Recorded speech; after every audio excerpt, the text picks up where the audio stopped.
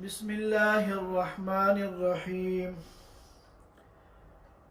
الحمد لله نحمده ونستعينه ونستغفره ونؤمن به ونتوكل عليه ونعوذ بالله من شرور أنفسنا ومن سيئات أعمالنا من يهده الله فلا مضل له ومن يضلله فلا هادي له ونشهد أن لا إله إلا الله وحده لا شريك له ونشهد أن سيدنا ونبينا وحبيبنا ومولانا محمدا عبده ورسوله صلى الله تعالى عليه وعلى آله وأصحابه وبارك وسلم تسليما كثيرا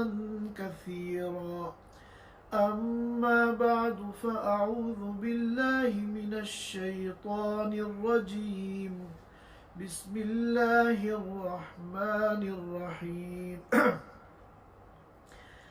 هل أتاك حديث الغاشية وجوه يومئذ خاشعة عاملة ناصبة تصلى نارا حامية تسقى من عين آنية ليس لهم طعام إلا من ضريع لا يسمن ولا يغني من جوع وجوه يومئذ ناعمة لسعيها راضية في جنة عالية لا تسمع فيها لاغية فيها عين جارية فيها سرر مرفوعة وأكواب موضوعة ونمارق مصفوفة وزرابي مبثوثة صدق اللہ العظیم. حضرات سامعین کرام، میں نے آپ حضرات کے سامنے سورۃ الغاشیہ کی ابتدائی 16 آیتیں تلاوت کی ہیں. لہذا آج ہماری گفتگو کا موضوع ان آیات مبارکہ کے معنی کو اور مفہوم کو سمجھنا ہے. سورۃ الغاشیہ یہ مکی صورت ہے اور قیام مکہ کے بھی ابتدائی دور میں یہ صورت نازل ہوئی ہے، اور یہ قرآن پاک کی انتہائی عظیم الشان صورت ہے. اس صورت کی عظمت شان کا اندازہ اس بات سے لگایا جا سکتا ہے کہ اللہ کے رسول صلی اللہ علیہ وسلم عیدین کی نماز میں اور اسی طرح جمعے کی نماز میں کثرت سے اور اہتمام کے ساتھ اس سورت کی قرأت فرماتے تھے. پہلی رکعت میں سورۃ الاعلیٰ کی قرأت فرماتے تھے، سبح اسم ربک الاعلیٰ، اور دوسری رکعت میں اسی سورت کی یعنی سورۃ الغاشیہ کی تلاوت فرماتے تھے.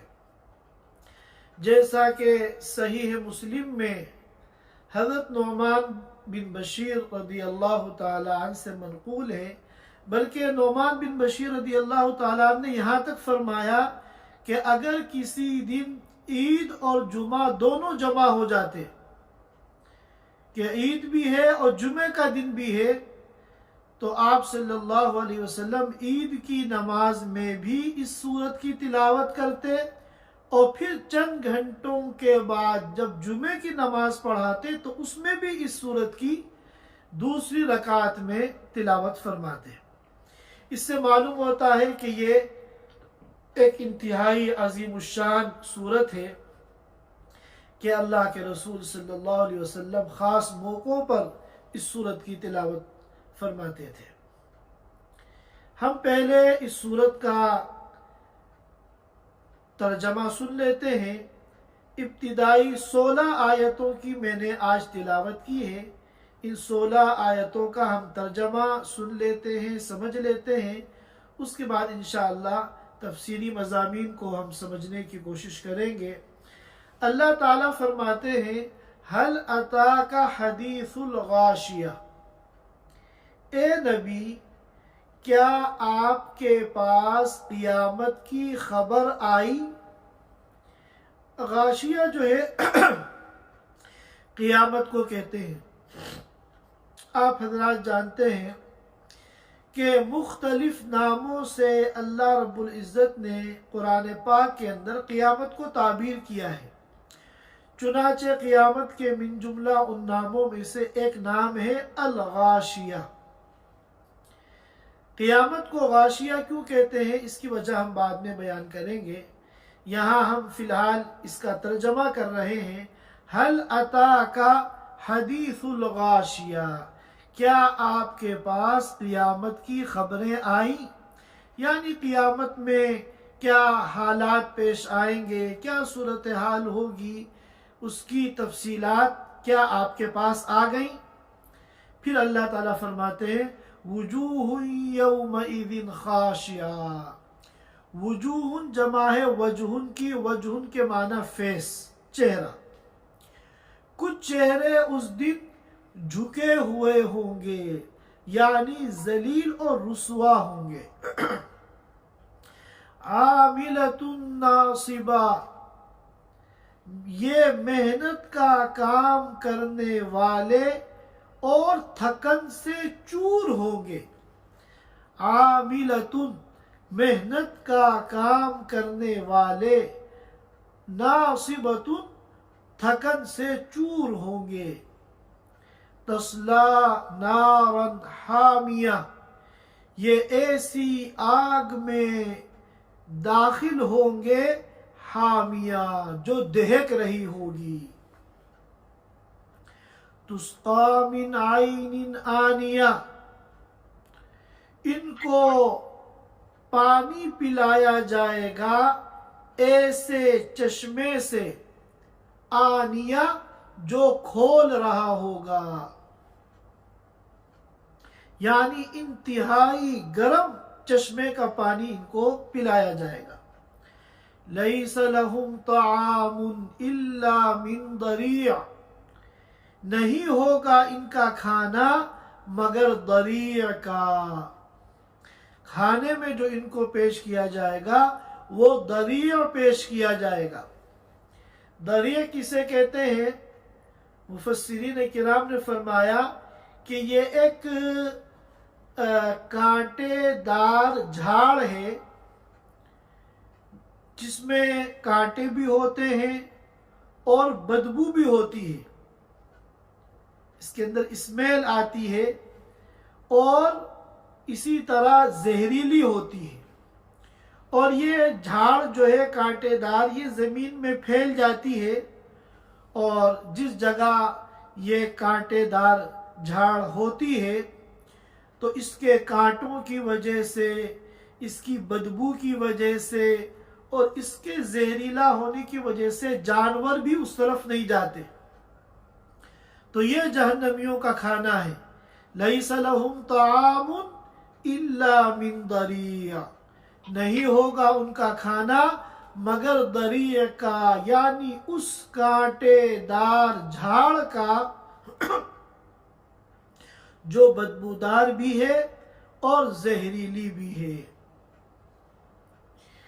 لا یسمن ولا یغنی من جوع، یہ ایسا کھانا ہے جو نہ تو جہنمیوں کو موٹا کرے گا، یعنی اس سے ان کو انرجی اور طاقت نہیں ملے گی، غذائیت نہیں ملے گی، ولا یغنی من جوع، اور نہ یہ ان کی بھوک کو مٹائے گا۔ اور وجوہ یومئذ ناعمہ، اور کچھ چہرے اس دن یعنی قیامت کے دن ناعمہ تر و تازہ ہوں گے، فریش ہوں گے، لسعیہا راضیہ وہ اپنی محنت پر مطمئن ہوں گے، خوش ہوں گے، فی جنت عالیہ وہ اونچی اونچی جنتوں میں ہوں گے، بہشت بری میں ہوں گے۔ بہشت بری جو ہم لفظ سنتے ہیں، یہ فارسی کا لفظ ہے، بہشت کے معنی جنت اور بری کے معنی اونچا، تو جنت عالیہ کا فارسی میں ترجمہ ہے بہشت بری، فی جنت عالیہ وہ بہشت بری میں ہوں گے، یعنی اونچی جنتوں میں ہوں گے۔ لا تسمع فیہا لاغیہ یہ اس جنت میں کوئی بکواس نہیں سنیں گے، کوئی تکلیف دہ بات، کوئی دل خراش بات جنت میں یہ نہیں سنیں گے۔ فیہا عین جاریہ اور اس جنت میں بہتے ہوئے چشمے ہوں گے۔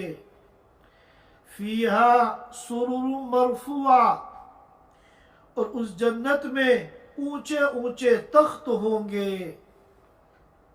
جس پر جنتی بیٹھیں گے۔ وَأَكْوَابٌ مَوْضُوعَةٌ اور سلیقے سے رکھے ہوئے سجائے ہوئے آب خورے ہوں گے، پیالے ہوں گے، گلاس ہوں گے۔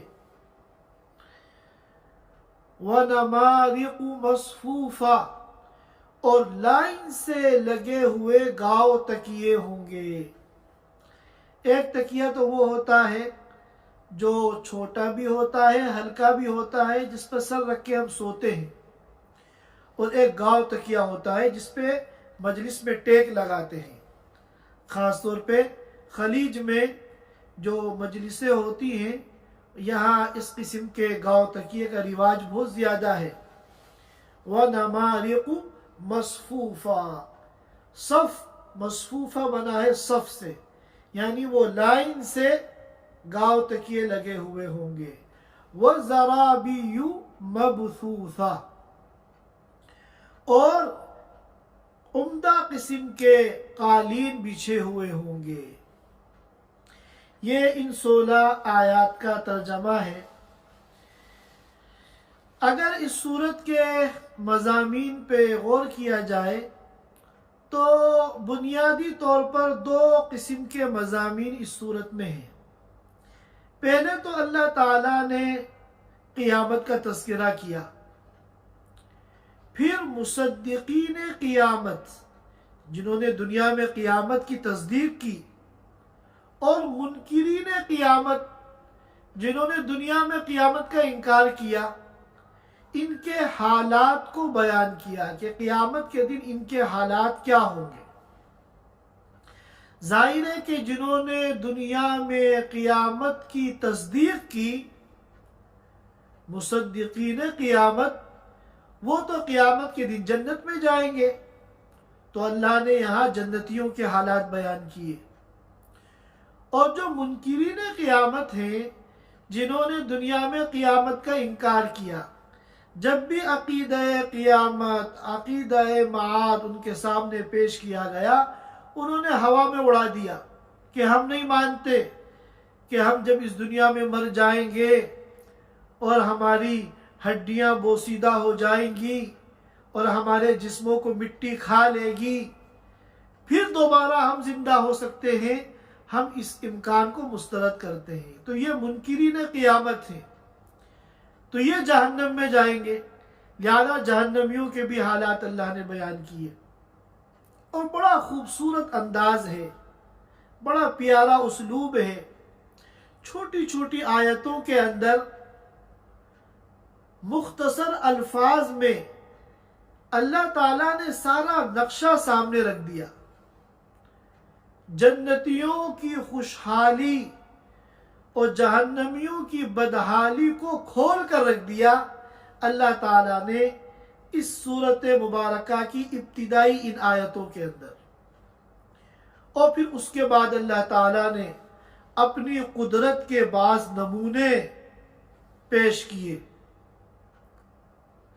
افلا ينظرون الى الابل كيف خلقت وَإِلَى السَّمَاءِ كَيْفَ رُفِعَتْ، اور قدرت کے ان نمونوں کو پیش کر کے اللہ تعالیٰ نے مشرکین مکہ کو غور و فکر کی دعوت دی کہ دیکھو تم جو عقیدہ معاد کا انکار کرتے ہو کہ ہمیں دوبارہ زندہ کیا جانا امپوسیبل ہے، ناممکن ہے، تم غور کرو کہ اللہ نے کتنی بڑی بڑی مخلوقات کو پیدا کیا ہے، آسمانوں کو، زمینوں کو، پہاڑوں کو، اور اونٹ کی مثال دی۔ یہ مثالیں کیوں دی انشاءاللہ میں اس کو بعد میں بیان کروں گا۔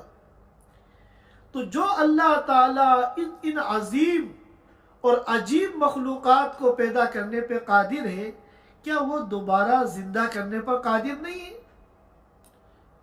اور پھر اللہ نے آپ صلی اللہ علیہ وسلم کو تسلی دی آخر میں کہ یہ جو تمام تر دلائل کے باوجود محض ہٹ دھرمی اور عناد کی وجہ سے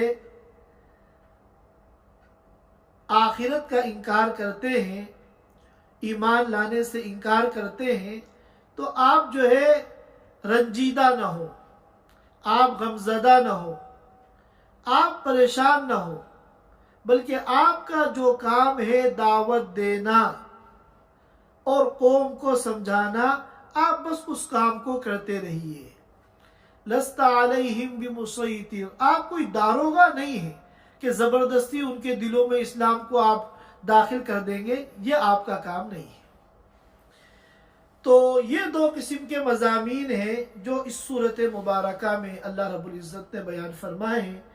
لہذا پہلا حصہ جو کہ ابتدائی 16 آیتوں پر مشتمل ہے، اس کی جو تفسیری مضامین ہیں انشاءاللہ ہم اس کو سمجھنے کی کوشش کرتے ہیں۔ سب سے پہلے اللہ تعالیٰ نے فرمایا حل اتاک حدیث الغاشیہ،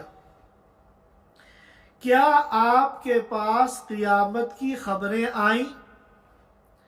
اب ظاہر ہے کہ خبریں جو قیامت کی ہے کہ جہنمیوں کے ساتھ کیا ہوگا اور جنتیوں کے ساتھ کیا ہوگا، وہ تو خود اللہ تعالیٰ بیان کر رہے ہیں اگلی آیتوں میں۔ تو ان جنتیوں اور جہنمیوں کے حالات کو بیان کرنے سے پہلے جو ایک سوال قائم کیا ہے، اس کا مقصد جو ہے پہلے سے شوق پیدا کرنا۔ جب آدمی کوئی اہم بات بتانا چاہتا ہے، کسی کے بارے میں بڑی کوئی دلچسپ خبر دینا چاہتا ہے، تو دلچسپی پیدا کرنے کے لیے وہ کہتا ہے کیا فلاں کے بارے میں تمہیں پتہ چلا؟ حالانکہ اسے معلوم ہے سے کچھ پتہ نہیں، اور یہ خود اس بات کو بتانے جا رہا ہے، لیکن یہ ایک انداز ہوتا ہے کیا تمہیں پتہ چلا فلاں کا کیا ہوا؟ اور سامنے والا کہتا ہے نہیں مجھے تو نہیں معلوم، پھر وہ مزے لے لے کر اس خبر کو بیان کرتا ہے۔ تو اسی طرح کا اللہ نے یہاں جنتیوں اور جہنمیوں کے حالات کو جو کہ قیامت کی خبریں ہیں بیان کرنے سے پہلے یہ فرمایا حل اتاک حدیث الغاشیہ، کیا آپ کے پاس قیامت کی خبریں آئیں؟ تو غاشیہ کے معنی آتے ہیں، حدیث معنی خبر، غاشیہ معنی قیامت۔ غاشیہ کے جو لغوی معنی آتے ہیں وہ آتے ہیں کسی چیز کو ڈھانک لینا، چھپا لینا۔ اور قیامت جب آئے گی تو وہ اپنے اندر تمام مخلوقات کو ڈھانک لے گی اور چھپا لے گی۔ ساری مخلوقات قیامت کے زیر اثر آ جائیں گی، کوئی بھی مخلوق قیامت کے اثر سے بچ کر نکل نہیں سکتی، سب کو قیامت جو ہے وہ ڈھانک لے گی۔ اس لیے قیامت کو غاشیہ کہا گیا۔ وجوہ یومئذ خاشعہ، کچھ چہرے اس دن جھکے ہوئے ہوں گے، یعنی ذلت اور رسوائی ان چہروں پر برس رہی ہوگی۔ یہاں چہروں سے مراد شخصیات ہیں، پورے انسان ہیں۔ وجوہ جمع ہے وجہن کی، وجہن کے معنی فیس، فیس کے معنی چہرہ۔ تو مراد یہاں صرف چہرہ نہیں ہے بلکہ پورا انسان ہے۔ بعض مرتبہ ایسا ہوتا ہے کہ جز بول کر کل مراد لیتے ہیں، تو چہرہ انسان کا ایک جز ہے، تو یہ جز بول کر پورا کل یعنی پورا انسان مراد لیا گیا ہے۔ اب سوال یہ پیدا ہوتا ہے کہ یہی جز بول کے انسان کو مراد کیوں لیا؟ انسان کے جسم میں تو اور بھی اجزاء ہے، ہاتھ ہے، پیر ہے، سر ہے، سینہ ہے، دل ہے۔ اس کی وجہ یہ ہے کہ یہاں پر جہنمیوں کی اور جنتیوں کی جو کیفیت بیان کی گئی ہے، تو جو بدحالی جہنمیوں کی اور خوشحالی جنتیوں کی بیان کی گئی ہے، تو یہ چہرے سے سب سے پہلے ظاہر ہوتی ہے۔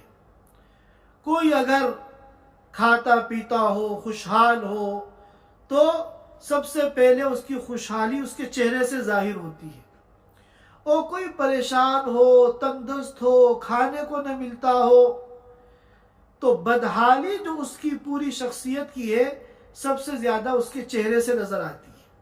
اس لیے یہاں وجوہن بول کر پورا انسان مراد لیا گیا ہے۔ اور خاشعۃ کے معنی آپ آتے ہیں، خشوع کے معنی آتے جھکنا، اپنے کو کسی کے آگے ذلیل کرنا، رسوا کرنا۔ اب ظاہر ہے کہ جو لوگ دنیا میں اپنے کو اللہ کے آگے جھکا دیں گے اور اپنی عاجزی کا، اپنی مسکنت کا، اور اللہ کی بندگی کا اور اللہ کی غلامی کا اظہار کریں گے، آخرت کے اندر وہ سرخرو ہوں گے۔ اور جو دنیا میں اللہ کے آگے سر جھکانے سے انکار کریں گے اور اپنی بندگی اور غلامی کا اظہار نہیں کریں گے، آخرت میں پھر ان کے سر جھکیں گے اور ذلت اور رسوائی ان کا مقدر ہوگی۔ تو یہ خاشعۃ اس میں فاعل ہے، جھکنے والے، اپنے کو آقا کے آگے ذلیل کرنے والے۔ اسی لیے نماز میں کہتے ہیں کہ نماز کا مقصد ہی اظہار بندگی ہے، کہ ایک غلام اپنے آقا کے سامنے اپنی غلامی کا اظہار کرنے کے لیے کھڑا ہوا ہے۔ قد افلح المؤمنون الذین هم فی صلاتهم خاشعون۔ اس کے بعد فرمایا کہ کچھ چہرے یہ جہنمیوں کے حالات ہیں۔ یومئذ، اس دن یعنی قیامت کے دن، خاشعۃ، جھکے ہوئے ہوں گے، یعنی ذلیل ہوں گے، رسوا ہوں گے، ان چہروں پہ پھٹکار برس رہی ہوگی۔ عاملۃ ناصبہ، وہ مشقت کا کام کرنے والے اور تھکن سے چور ہوں گے۔ بعض مفسرین نے فرمایا کہ یہ جو دونوں صفتیں ہیں یہ قیامت کے دن کے حالات ہیں، بعض نے کہا کہ یہ دنیا کے حالات ہیں، اور تیسرا قول یہ ہے کہ یہ دونوں کے حالات ہیں۔ قیامت کے اندر تو ان کو جو مشقت ملے گی اور ان کو جو تھکن ہوگی وہ تو بالکل واضح ہے، کیونکہ ان کو جہنم میں ڈالا جائے گا جہاں تھکن اور مشقت کے علاوہ کچھ اور ہے ہی نہیں۔ لیکن دنیا میں بھی ایسے ہوتے ہیں بہت سے لوگ کہ جو دنیا میں بھی تھکتے ہیں۔ چنانچہ ہم دیکھتے ہیں کہ دنیا کمانے کے لیے تو 8-8 10-10 گھنٹے کی جاب کرنا، ملازمت کرنا، انتھک محنت کرنا، اس کا ٹینشن لینا بہت آسان ہو جاتا ہے، لیکن آخرت کے لیے دن میں 5 نمازیں پڑھنا مشکل ہوتا ہے۔ اور سعید ابن جبیر رحمت اللہ علیہ نے فرمایا کہ یہاں عاملۃ ناصبۃ سے مراد یہ جو غیر مسلم عابدین ہیں، عیسائیوں کے راہب ہوتے ہیں جو عبادت کرتے ہیں اپنے مذہب کے مطابق، ریاضت کرتے ہیں، مجاہدہ کرتے ہیں، اپنے کو تھکاتے ہیں، اور نتیجہ کیا ہوتا ہے کہ دنیا میں بھی اپنی ایسی کی تیسی کرتے ہیں اور آخرت میں بھی جو ہے تھکنا اور مشقت برداشت کرنا یہ ان کا مقدر ہوتا ہے۔ چنانچہ ہم دیکھتے ہیں کہ ہمارے ملکوں میں بہت سے غیر مسلم ہیں جو سال کے بعض ایام میں اپنے مذہبی مقامات پہ جاتے ہیں، اپنی مذہب کے مطابق عبادت کی ایک رسم پوری کرنے کے لیے، تو وہ اتنا تھکتے ہیں کہ سینکڑوں میل کا سفر پیدل کرتے ہیں، اور پیدل بھی اس طرح کہ چپل کے بغیر ننگے پیر، اور اس میں گرمی ہے، سردی ہے، برسات ہے، یہاں تک کہ ان کے پاؤں میں ورم آ جاتے ہیں۔ عاملۃ ناصبہ، کہ یہ اتنی مشقت کا کام کر رہے ہیں کہ تھک کے چور ہو رہے ہیں، اور نتیجہ کیا نکل رہا ہے؟ خسرت دنیا والآخرہ، دنیا میں بھی یہ مصیبتیں برداشت کر رہے ہیں اور آخرت میں بھی ان کو یہی ملے گا۔ اور علامہ قرطبی رحمۃ اللہ علیہ نے تفسیر قرطبی میں واقعہ نقل کیا ہے کہ حضرت عمر رضی اللہ تعالیٰ عنہ جب ملک شام تشریف لے گئے تو ان کے پاس ایک راہب آیا، عیسائی پادری، جو بوڑھا تھا، اور ایسی ریاضت اور مجاہدہ اس نے اپنی زندگی میں کیا تھا کہ اس کی حالت جو ہے انتہائی خستہ تھی، آنکھیں دھسی ہوئی، اس کے کلے دھسے ہوئے، پھٹے پرانے کپڑے، نہ اس کو کھانے کی کوئی فکر، نہ آرام کی فکر، ہر وقت وہ عبادت میں لگا ہوا ہے۔ تو حضرت عمر رضی اللہ تعالیٰ عنہ اس کی حالت کو دیکھ کے رونے لگے۔ کسی نے کہا کہ آپ کیوں رو رہے ہیں؟ تو کہا مجھے اس کے حال پہ رحم آ رہا ہے کہ یہ دنیا میں بھی اتنا تھک رہا ہے اور پریشان ہو رہا ہے، تکلیفیں اٹھا رہا ہے، اور آخرت میں بھی جہنم کا عذاب اس کا مقدر ہے۔ پھر حضرت عمر رضی اللہ تعالیٰ عنہ نے اس موقع پر یہ آیتیں پڑھی، وجوہ یومئذ خاشعہ عاملۃ ناصبہ۔ عاملۃ کے معنی ایسا کام کرنے والے جس میں مشقت ہو، اور ناصبہ کے معنی تھکنے والا، تھک کر چور ہونے والا۔ دیکھیے عاملۃ کے لغوی معنی تو آتے ہیں عمل کرنے والا، اب چاہے عمل آسان ہو چاہے مشکل ہو، سب عمل ہیں، لیکن عرف میں عامل کا جو لفظ ہے وہ مشقت والے کاموں کے لیے استعمال ہوتا ہے۔ چنانچہ جو لوگ ایسی جاب کرتے ہیں جہاں کوئی پریشانی نہیں ہے، ایئر کنڈیشن آفس میں آرام دہ چیئر پہ بیٹھ کر کمپیوٹر کے سامنے وہ اپنا کام کر رہے ہیں، تو ان کو عامل نہیں کہتے، ان کو موظف کہتے ہیں۔ اور جو لیبر طبقہ ہے، مزدور طبقہ ہے، جو محنت کا کام کر رہا ہے، بوجھ اٹھا رہا ہے، دھوپ میں، گرمی میں، تپش میں اپنے کام کر رہا ہے، اس کو عامل کہتے ہیں۔ حالانکہ عمل تو وہ بھی ہے، لیکن چونکہ اس عمل میں مشقت نہیں ہے، وہ آرام دہ کمرے میں بیٹھ کے اپنا کام کر رہا ہے، لہذا اس کو عامل نہیں کہتے، اس کو موظف بولتے ہیں۔ اور جو لیبر طبقہ ہوتا ہے، مزدور طبقہ ہوتا ہے، اس کو عامل کہتے ہیں۔ تو یہاں بھی اسی معنی کی رعایت ہے، عاملۃ ناصبہ، جو مشقت کا کام کرنے والے ہیں، اور ظاہر نتیجہ کیا ہے؟ ناصبہ، تھک کر چور ہونے والے ہیں۔ بعض حضرات نے کہا کہ عاملۃ کا تعلق تو ہے دنیا سے، اور ناصبۃ کا تعلق ہے آخرت سے، اور عبارت انہوں نے پوری اس طرح ہوگی، عاملۃ فی الدنیا بالمعاصی، کہ بہت سے چہرے جو قیامت کے دن جھکے ہوئے ہوں گے، ذلیل ہوں گے، رسوا ہوں گے، یہ عاملۃ فی الدنیا بالمعاصی، یہ دنیا میں تو گناہ کرتے تھے، ناصبۃ فی الآخرۃ بالعذاب، اور اب آخرت میں عذاب کی وجہ سے یہ تھک کے چور ہوں گے۔ بہرکیف یہ جہنمیوں کے حالات ہیں۔ تسلا نارا حامیہ، یہ ایسی جہنم میں داخل ہوں گے، ایسی آگ میں داخل ہوں گے جو دہک رہی ہے، بھڑک رہی ہے۔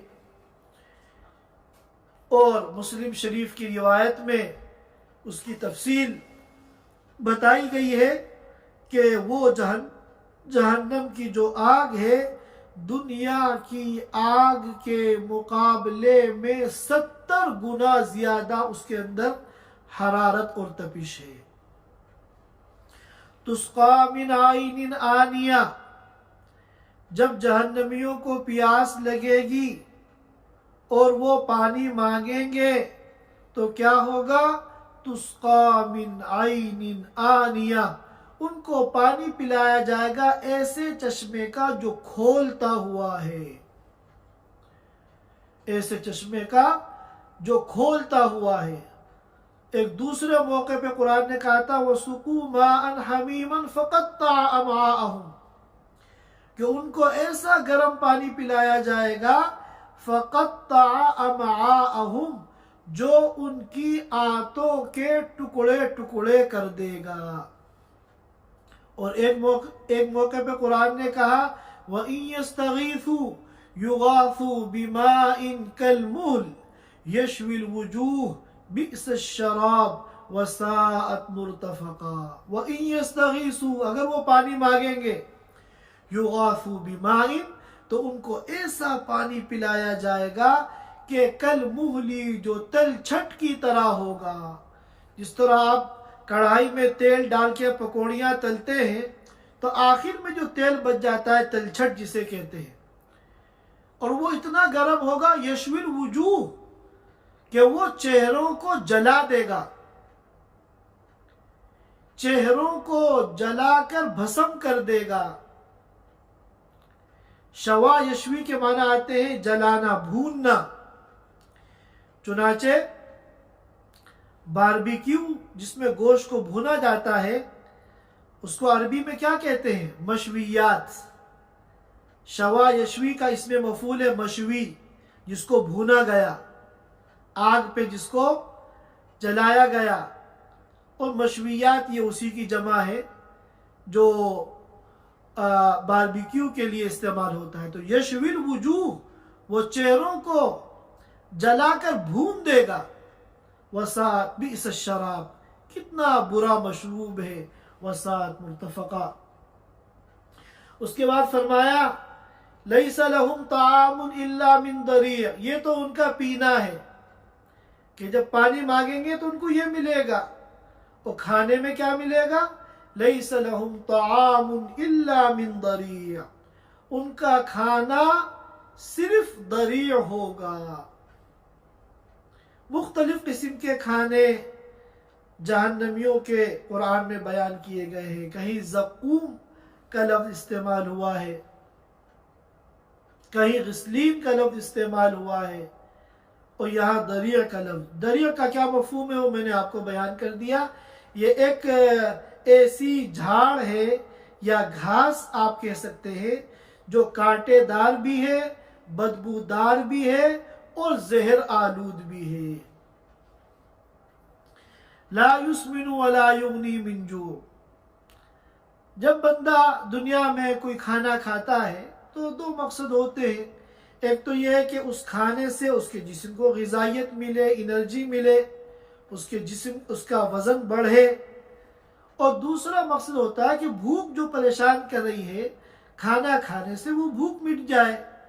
لیکن یہ جو ضریع ہے یہ ایسا کھانا ہے جس سے ان میں سے کوئی بھی مقصد حاصل نہیں ہوگا۔ لا یسمن، یہ انسان کو موٹا نہیں کرے گا، انسان کا وزن نہیں بڑھائے گا، یعنی یہ انسان کے جسم کو نہیں لگے گا، غذائیت نہیں پہنچائے گا۔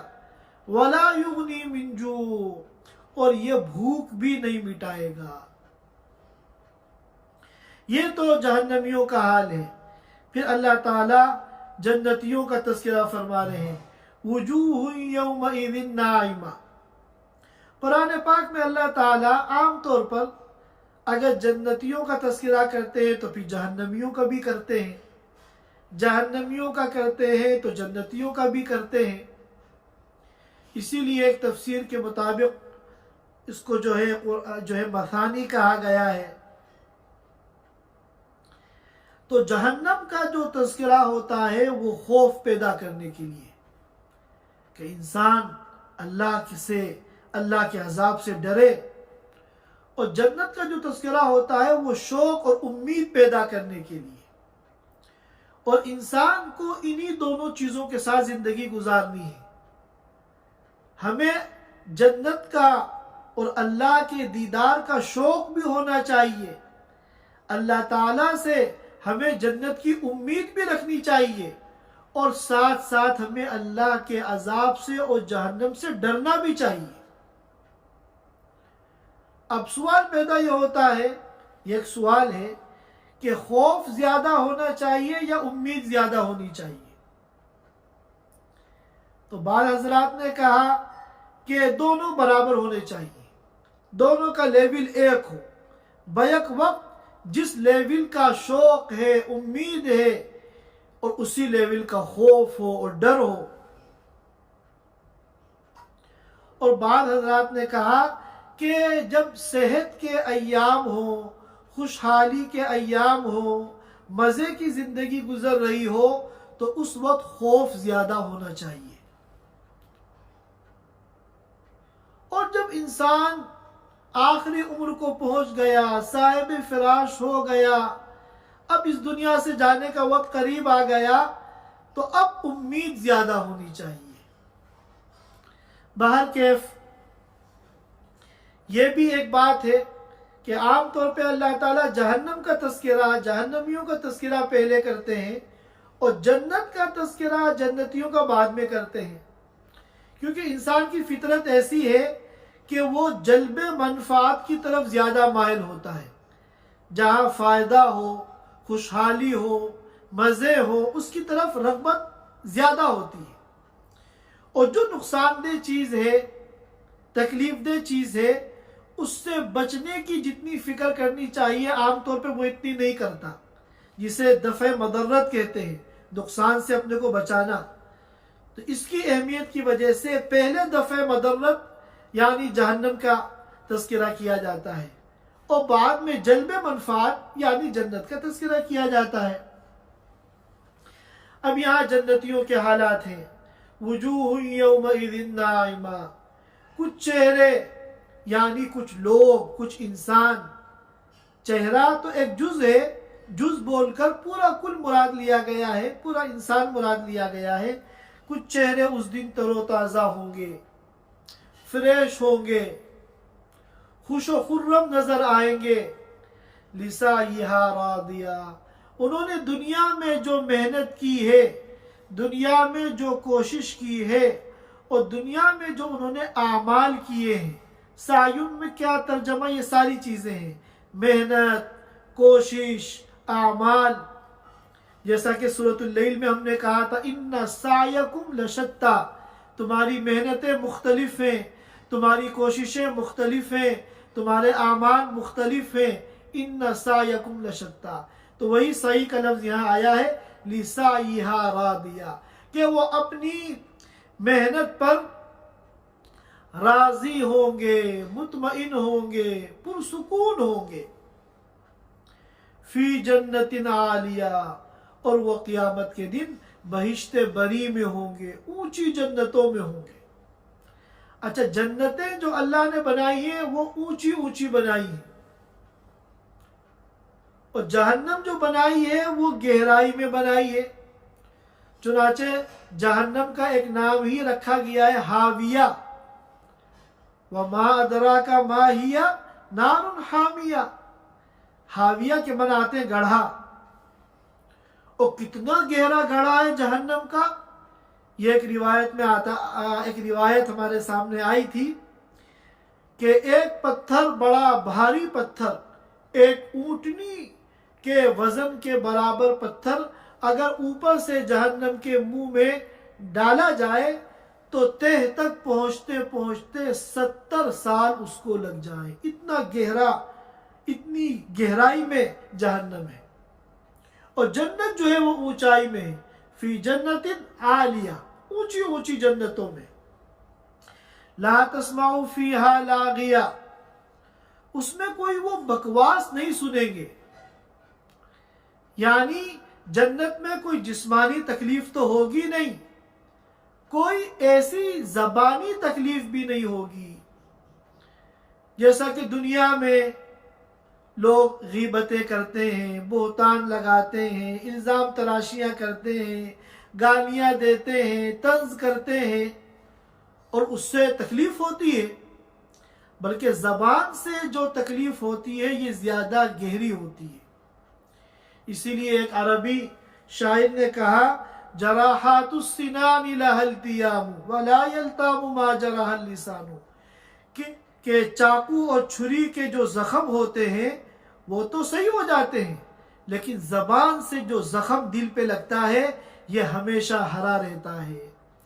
تو جنت میں ایسا کچھ نہیں ہوگا، لا تسمع فیہا لاغیہ، کوئی دل خراش بات، تکلیف دہ بات وہاں نہیں سنیں گے۔ اسی کو قرآن نے ایک دوسرے موقع پہ کہا تھا، لا یسمعون فیہا لغوا ولا تأثیما، کوئی بیہودہ اور گناہ کی بات وہ وہاں پر نہیں سنیں گے۔ وہاں تو کیا ہوگا، الا قیلا سلاما سلاما، وہاں تو سلامتی کے نغمے بجیں گے۔